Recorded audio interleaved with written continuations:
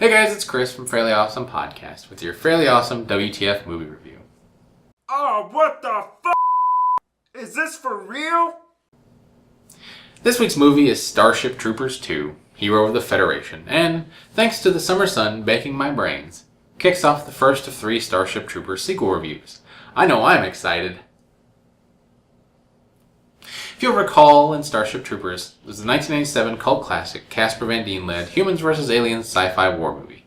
Starship Troopers 2 Hero of the Federation is the unfortunate sequel slapped together 7 years later with roughly 1/16 the budget and directed by Phil Tippett, who you might remember as the asleep-on-the-job dinosaur supervisor from Jurassic Park. You had one job, come on. After a rousing military blurb about joining the mobile infantry, the movie joins a group of actual mobile infantry trapped on a hill surrounded by the arachnids, the bug-like killing machines from the first film. Instead of bullet-based weapons, the infantry now have laser-based weapons, which apparently are about as useful against the arachnids as the old bullet-based weapons. When the commanding general decides to make a last stand with a handful of men, the other infantry make a break for a nearby outpost. Though they arrive safely, the door to the outpost is stuck open, and thanks to chasing arachnids and a massive dust storm, several of the infantry are either killed or sucked away into the storm. Lieutenant Dill, who was placed in charge by the general, is a psychic whose visions of death at the hands of the arachnids prevent him from actually being an effective leader. In the meantime, Captain Dax, who the other infantry found locked in the furnace at the outpost as a traitor, is released and takes command, using the outpost defenses to fight off the arachnids. As the arachnid attack dies down, one of the grunts spots the general heading towards the outpost with bugs on his tail. Dax heads out to set up a perimeter of electrified pulse fences. The fences go up just in time to save the general and his comrades. Hooray! Everyone returns to the outpost where the general introduces the people he led to the outpost, one of which works on getting the communication system back up and going so the infantry can send out a distress call. As the infantry settle in to wait for rescue, it becomes apparent that the soldiers who helped the general escape are not normal.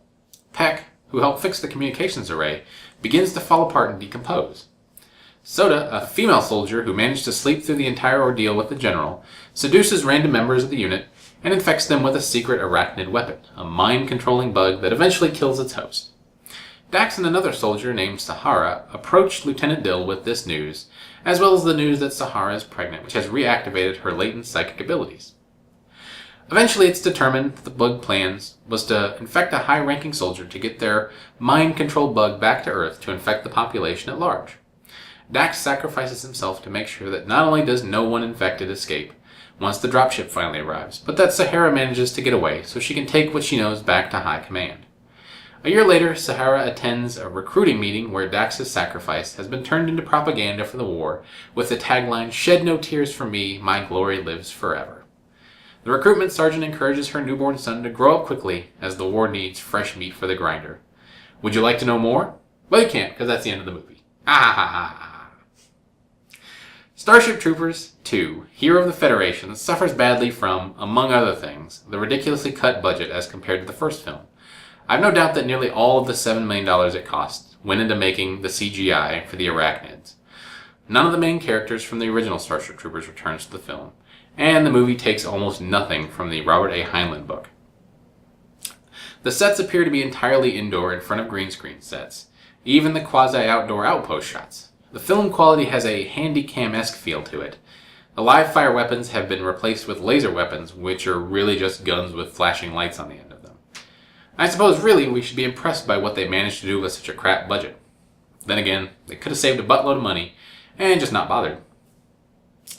The only bits that tie this film back to the original are a handful of quips and stock footage that are pretty much all burned up within the first 10 minutes, and the inexplicable and unnecessary use of the metal prosthetic arm by the recruiting sergeant at the end of the film. There's really not a whole lot to say about this movie.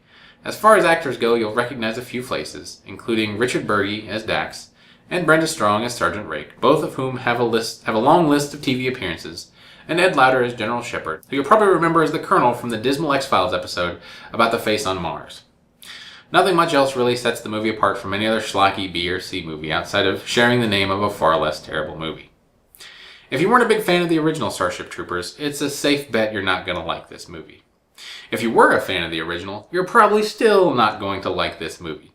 It pretty much has no redeeming qualities, seems to really add nothing to the mythos, and is just another in a long line of direct-to-video sequels that didn't need to get made, but somehow still get churned out by movie studios with either more money than brains, or an overabundance of excess cash they could put to better use by flushing down the toilet or lighting it on fire. Here's a suggestion for them. Next time you plan on throwing several $1,000,000 at a terrible direct-to-video movie, don't. Donate to charity instead. I've got just the one. The Fairly Awesome Podcast Foundation to Prevent the Filming of Terrible Movies.